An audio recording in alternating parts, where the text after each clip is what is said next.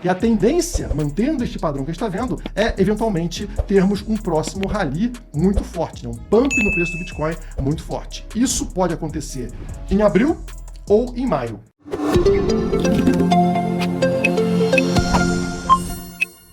Depois daquela chacoalhada para expulsar as sardinhas, aparentemente o Bitcoin está se recuperando.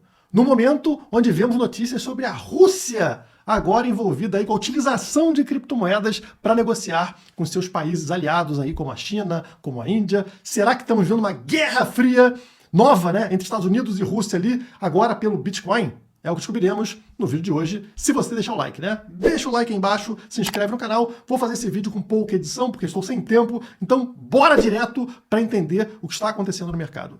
O gráfico na tela mostra aqui as mudanças no S&P 500, ou seja, na Bolsa Americana, depois que o Donald Trump assumiu. No caso, estamos falando do segundo mandato do Donald Trump, que é essa linha mais escura aqui. Vocês percebem que a Bolsa, ela desabou logo que o Trump assumiu, muito diferente do seu primeiro mandato, onde aqui, ó, nessa corzinha mais clara, vocês percebem que ele assumiu e as ações dispararam. Então, muito da queda que estamos vendo no Bitcoin, nas criptomoedas, tem ligação com a queda das ações. Estamos vendo uma forte correlação entre as duas coisas, né? Principalmente entre Nasdaq, que são ações de tecnologia, e o Bitcoin. Porque esses investidores novatos, esses investidores institucionais, essas baleias do mercado tradicional, elas enxergam o Bitcoin como um bicho estranho.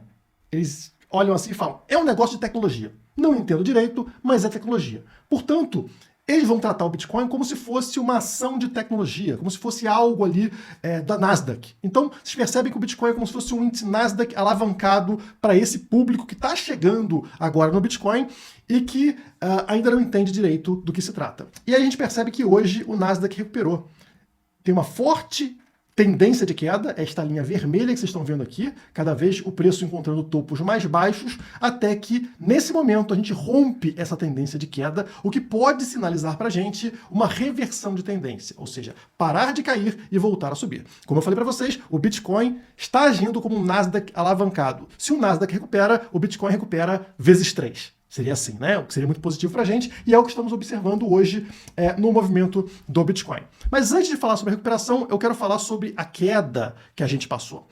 Vocês estão percebendo aqui várias linhas amarelas marcando resistências que se tornam suporte, e elas vão formando degraus ao longo deste ciclo de alta. Isso aqui, eu já falei para vocês em vídeos antigos, né, que é muito importante, porque um ciclo de alta, ele não é somente alta, alta, alta, alta, ele é alta, correção, encontra o suporte, alta de novo, correção, e em cada correção dessa, que geralmente é ao redor de 20%, né, várias sardinhas ficam pelo caminho. Esse é o motivo de por que ricos ficam mais ricos e pobres ficam mais pobres. Por que 1% dos mais ricos tem 50% da riqueza? Porque os pobres, geralmente, né, que ele tem pouco, ele tem mais a perder, afinal, se ele perder aquele dinheirinho contado, ele não come. Então, quando tem uma correção forte, eles acabam fugindo e o dinheiro vai se concentrando na mão das baleias ao longo de um ciclo de alta. Quem tem sangue frio, geralmente se dá bem. E eu quero que vocês percebam nesse gráfico por que eu estou falando isso. Olha aqui, pessoal.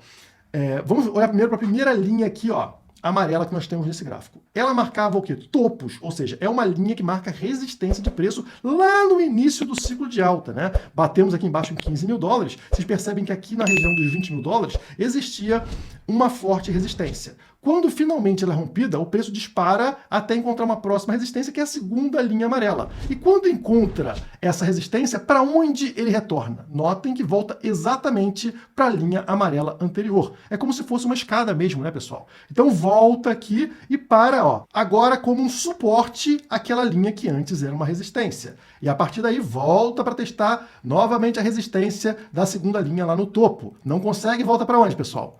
Volta para o degrau anterior. E aí, finalmente, quando rompe, acontece aquela disparada para um novo nível. Nesse aqui, foi o único nível, né, o único degrau onde não voltamos para o degrau anterior. Subimos direto para o próximo, né, o penúltimo, no caso.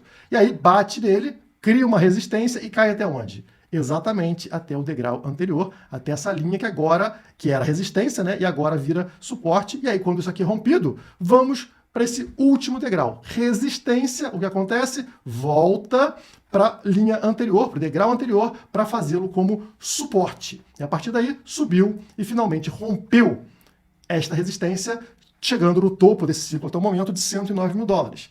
E aí, pessoal, quando encontramos agora essa resistência por duas vezes, né, topo duplo nos 109 mil dólares, o que aconteceu? Uma queda. Uma queda para onde, pessoal? Para a região do degrau anterior, que é essa linha amarela.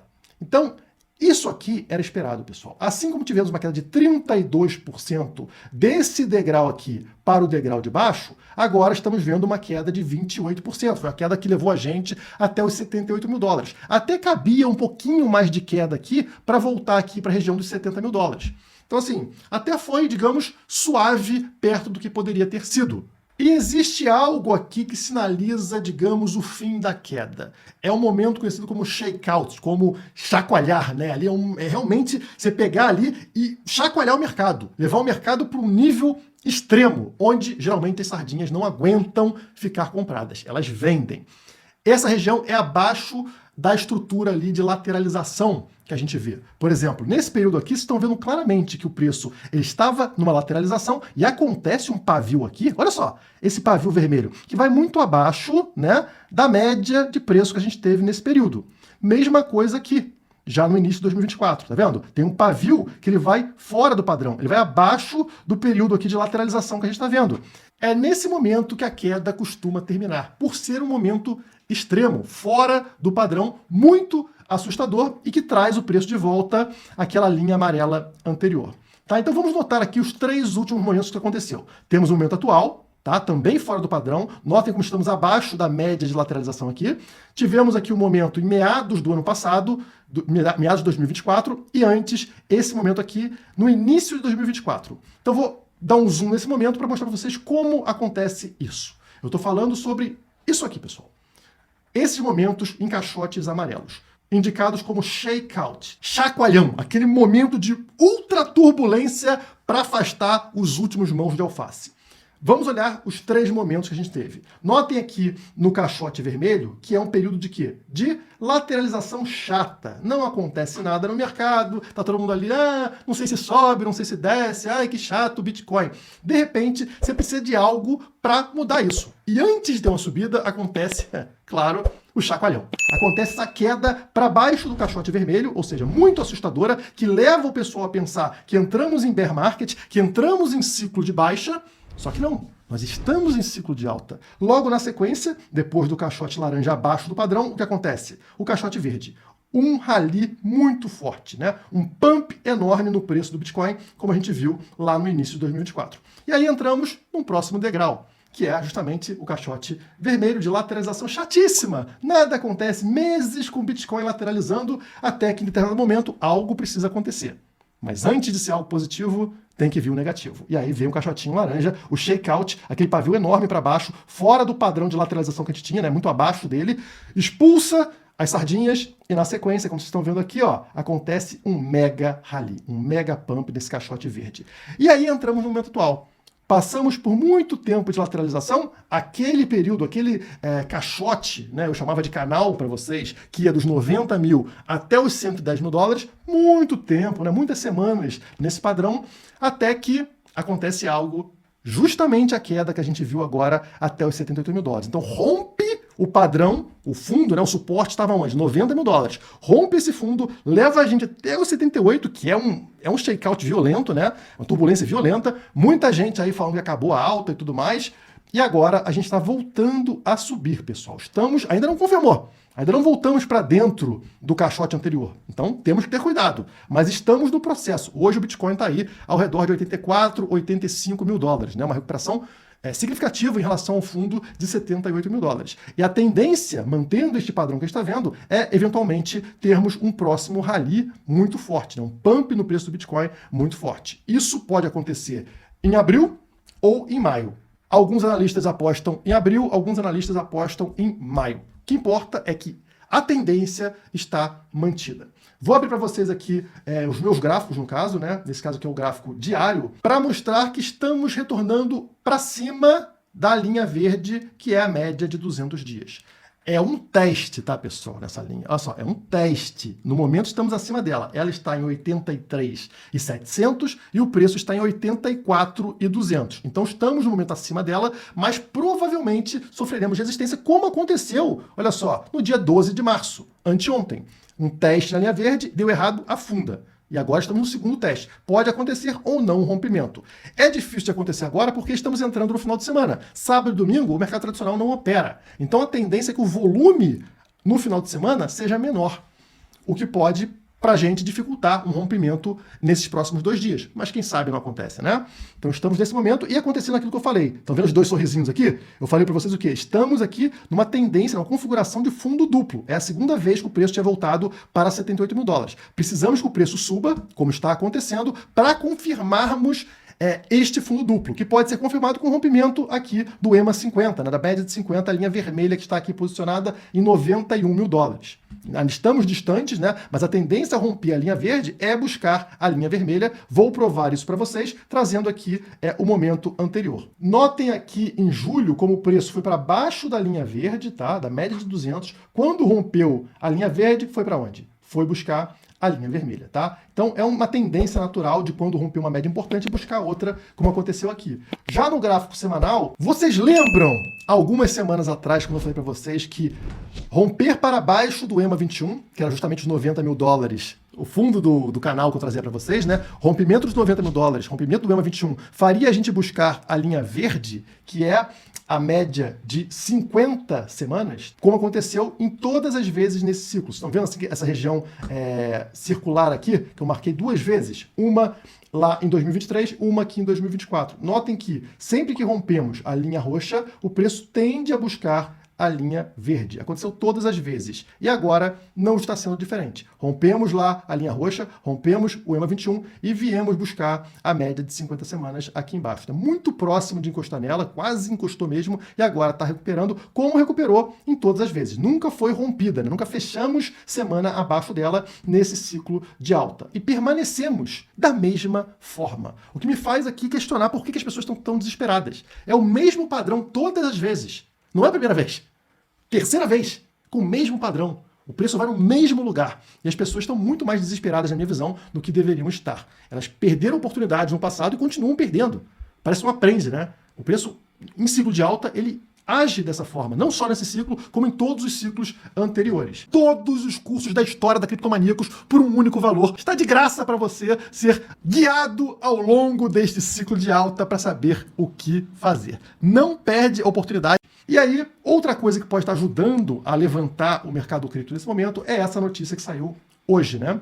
Rússia usa criptomoedas no comércio com China e Índia para tentar driblar sanções. Sanções, obviamente, dos Estados Unidos. No caso, são empresas do setor do petróleo que estão usando Bitcoin, Ethereum e USDT para fazer negociações, já que os Estados Unidos ali bloquearam transações financeiras da Rússia, devido à guerra com a Ucrânia.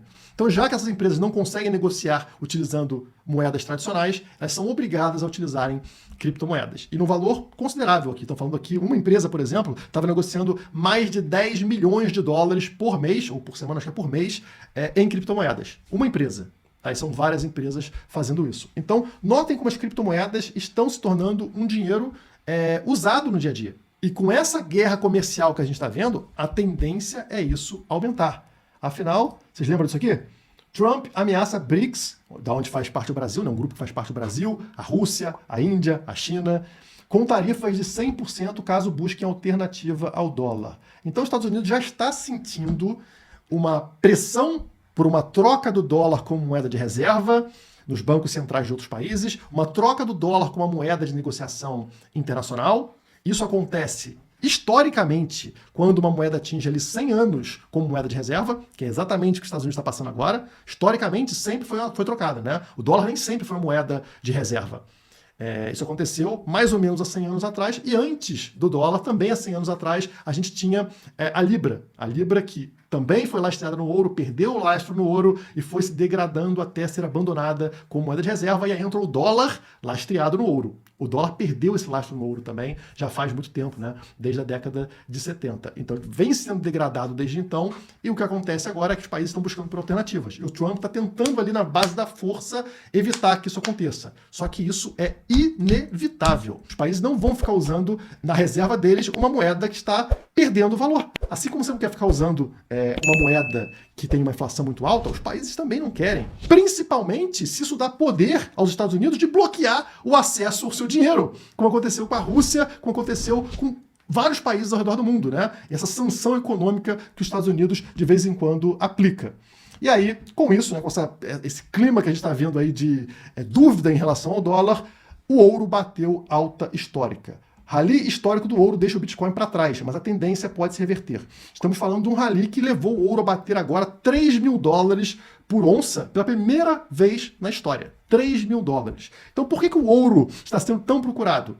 Porque, obviamente, os países não estão muito tranquilos em ter dólares em reserva. Incerteza geopolítica, como diz a matéria. Mas os analistas aqui estão dizendo que o Bitcoin deve acompanhar, né? Os ETFs de ouro registraram $10 bilhões em entrada nos últimos 30 dias, enquanto os ETFs de Bitcoin registraram 5 bilhões em saída. Então, direções contrárias. Uma divergência que deve ser revertida de acordo com o fundador da ByteTree, Charlie Morris. Ativos considerados portos seguros em momentos de incerteza econômica, é claro que o ouro, por ser mais tradicional, ele costuma sair na frente, ele é escolhido primeiro, e depois isso acaba vindo para o Bitcoin. Então notem que é como se fosse uma partida de xadrez. Os Estados Unidos movimentaram ali a sua peça em direção ao Bitcoin.